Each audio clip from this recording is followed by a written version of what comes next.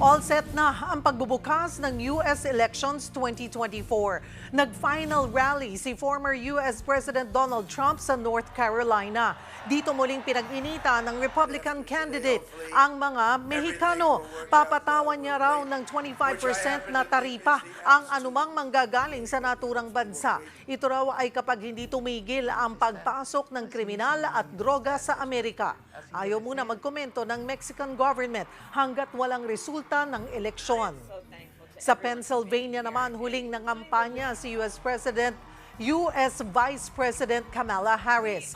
Kinontra ng Democrat candidate ang sinabi ni Trump na floating island of garbage ang Puerto Rico na overseas territory ng Amerika. Sa India naman, kung taga-saan ang ina ni Harris, nagdarasal ang kanyang kababayan sa kanyang pagkapanalo. Pero hiling din nila na maging tahimik ang halalan.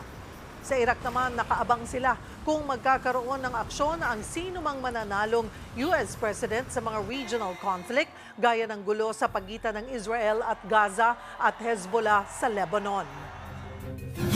Mamayang gabi, umpisa na po ng botohan sa Amerika para sa susunod nilang presidente. Pero kanino nga ba kakampi ang mga kababayan natin roon? Magbabalita si Joey Francisco.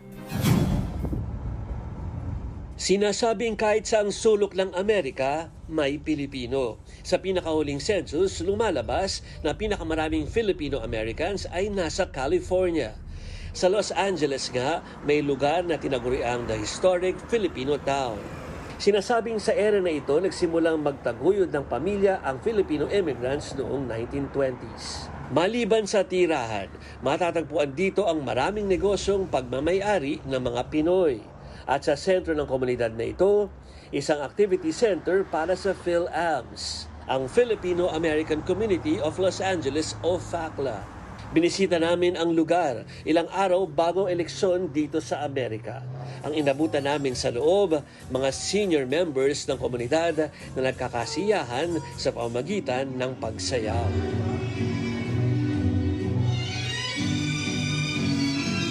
Pero hindi lang daw sila puro happy-happy.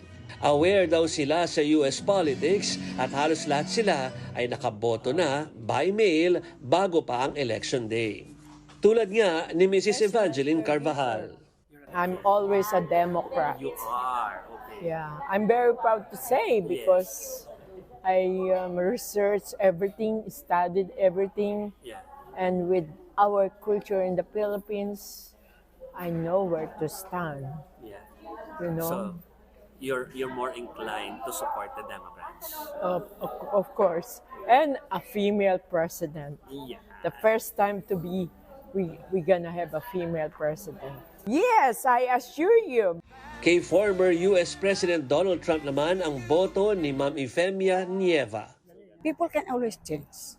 May mga good side kasi tsaka bad side ang Democratic tsaka ano. Pero we are mostly for me, I mean my community as a Christian is we tend to we less evil. Abortion? Abortion. Hindi. No, I really don't. That's why. That's why. That's why. Yeah, that's why my heart is with Republican because not supposed to be like that. God is not happy with that.